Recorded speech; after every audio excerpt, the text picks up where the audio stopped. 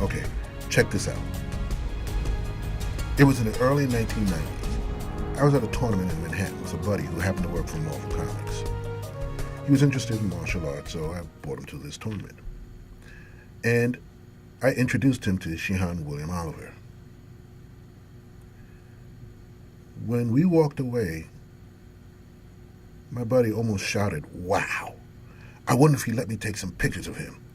I want to use him as a reference for the Wolverine and Punisher." Shihan Oliver wasn't a big man. He probably weighed no more than 150, 170 pounds. He was about, I would guess, about 5'6", maybe 5'7". But the power emanating from him was that of the largest NFL player. A student of Kaicho Tadashi Nakamura in Kyokushinkai Karate and Seido Karate. I first saw him in the 1970s movie Fighting Black Kings about the World Games held in Japan. That was a full contact, no pads, no gloves, no foot protectors, etc. knockdown tournament. And there was Shihan Oliver beating the schnuggies out of opponents 2 and 3 times his size. Humble and disciplined, he was an international champion, competing in full contact and non-contact point fighting tournaments. Often he took first place and grand champion in fighting and in forms.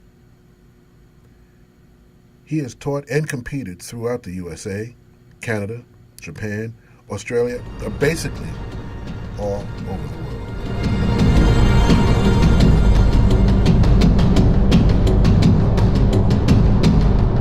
Charles Emery,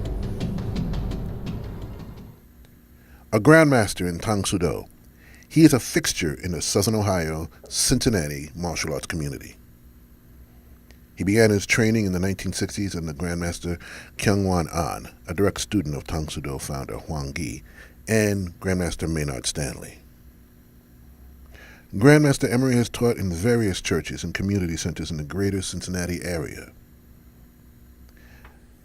Grandmaster Emery was one of the first people I met when I came to Cincinnati, and he welcomed me with open arms, inviting me to train with him. Like other black martial artists of his era, he is very proud, very strong, very knowledgeable.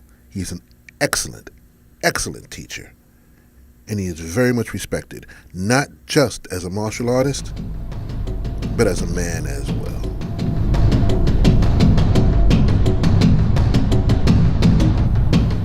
Michael Warren, one of the best Taekwondo players, one of the greatest kickers of all time, a supreme technician, the best, followed by Bill Wallace and Joe Louis. These are accolades from martial art legends such as Jun Rhee, Joe Corley, Jeff Smith, Pat Warley, Richard Chun. They are all talking about Michael Warren. A student of the great Kiwan Kim out of Washington, D.C., Mr. Warren stunned the world at the first World Taekwondo Championships in Korea in 1973. It was said that his ring mastery placed him in the same category as boxing great Muhammad Ali. Great company indeed.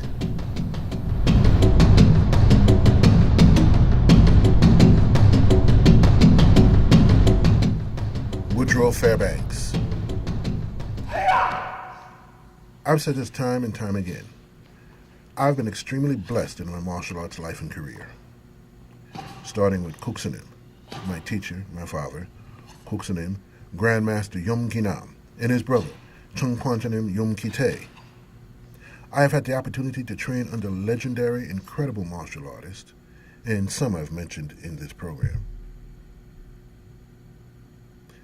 There's one man who means nearly as much to me as Kuksunim. That man is Grandmaster Woodrow Fairbanks. He also can be labeled as a martial arts genius, more Einstein than Mozart.